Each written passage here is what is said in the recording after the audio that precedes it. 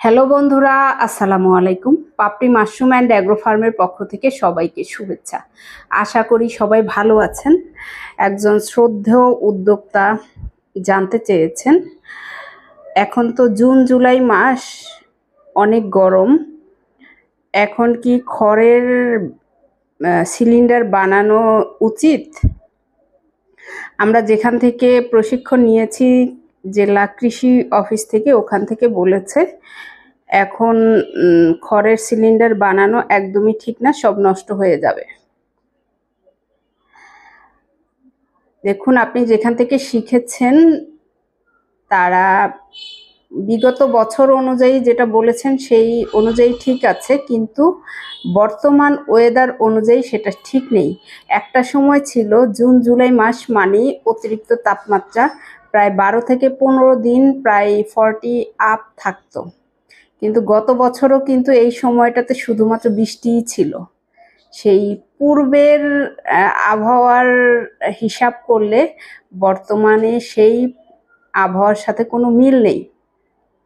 তারা তো আসলে চাষ করে না দেখে প্রতি মাসের কি কন্ডিশন সেটা হয়তো খেয়াল করেননি বা বুঝতে পারেননি। আমরা যারা নিয়মিত চাষ করি তাদের কিন্তু খেয়াল রাখতে হয় কোন বছর কোন মাসে কি অবস্থা যাচ্ছে। এই বছর যেরকম যাচ্ছে গত বছর কিন্তু সেরকম ছিল না, বা সামনের বছর কীরকম হবে সেটা কিন্তু বোঝা যাচ্ছে না, কারণ প্রতিনিয়তই ধরন চেঞ্জ হচ্ছে। আপনি একটু খেয়াল করলেই দেখবেন এখনও কিন্তু গরম এবং বৃষ্টি দুটাই সমন্বয় হচ্ছে, যার কারণে আপনি খড়ের সিলিন্ডার করতে পারবেন যদি আপনি সঠিক পদ্ধতি জানেন।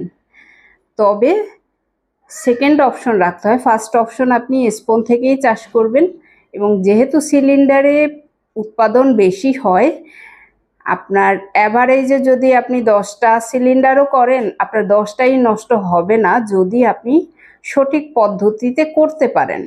এখন আপনি যদি ভালো কোনো খামারির থেকে প্রশিক্ষণ না নেন, একজন খামারি যেটা বুঝতে পারবে, একজন প্রশিক্ষক কিন্তু সেটা সেভাবে বুঝতে পারবে না যদি সেই প্রশিক্ষক চাষ না করে থাকেন। যারা চাষ করেন তাদের অবশ্যই এ বিষয়ে 100% ধারণা আছে, কিন্তু শুধুমাত্র যারা প্রশিক্ষক তাদের এই ধারণাটা একটু কম থাকবে, কারণ তারা তো বাস্তবে চাষ করছেন না। আপনি সঠিক পদ্ধতিতে করলে আপনার সবগুলোই নষ্ট হবে না, হয়তো 2-4টা নষ্ট হয়ে যেতে পারে, এটা মাথায় রেখে আপনাকে চাষ করতে হবে। স্পন থেকে যেমন নিশ্চিত থাকা যায় যে নষ্ট হবেই না, তারপরেও কিন্তু আমি কয়েকদিন আগেও ভিডিও দিয়েছি গাছের মতো হচ্ছে, একই আপনি স্পন থেকেও 2-4টা যে হবে না এটা আপনি মাথায় রাখলে আপনি চাষে খুব একটা স্থায়ী হতে পারবেন না। আপনাকে ঝুঁকি নিয়েই কাজ করতে হবে। তবে আপনার রুম কিভাবে তাপমাত্রা কন্ট্রোল করবেন, আপনাকে কি কি পদক্ষেপ নেওয়া উচিত তাপমাত্রা অনুযায়ী, সেই বিষয়ে যথেষ্ট জ্ঞান থাকতে হবে। শুধুমাত্র সিলিন্ডার বানাতে পারলেই হবে না, তাপমাত্রার ধরন অনুযায়ী আপনাকে কি পদক্ষেপ নেওয়া উচিত সেই বিষয়টাতে সর্বোচ্চ ধারণা রেখেই আপনাকে মাশরুম চাষ করতে হবে। মোট কথা, আপনি কতটুকু জানেন বা জানেন না সে অনুযায়ী আপনাকে ঝুঁকি নিতে হবে। আপনি পরিপূর্ণভাবে জানলে অবশ্যই আপনি সিলিন্ডার করতে পারবেন এবং হবেও, কিন্তু সবগুলো নষ্ট হবে না। কিন্তু আপনি যদি ভালোভাবে না শিখেন সেক্ষেত্রে আপনার নষ্ট হওয়ার সম্ভাবনা অনেক বেশি থেকে যায়।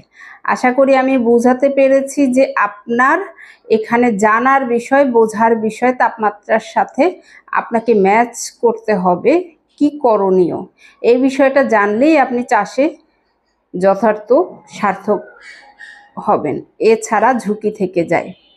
আশা করি ভিডিওটি দেখে উপকৃত হবেন, আপনি নিজেও জানতে পারবেন এবং যারা জানতেন না তারাও জেনে নিতে পারবেন। ভালো থাকুন, সুস্থ থাকুন এবং নিজ ঘরে ঘরে মাশরুম চাষ করে নিজের পুষ্টির চাহিদা মিটিয়ে তুলুন। ভালো থাকুন, আল্লাহ হাফেজ।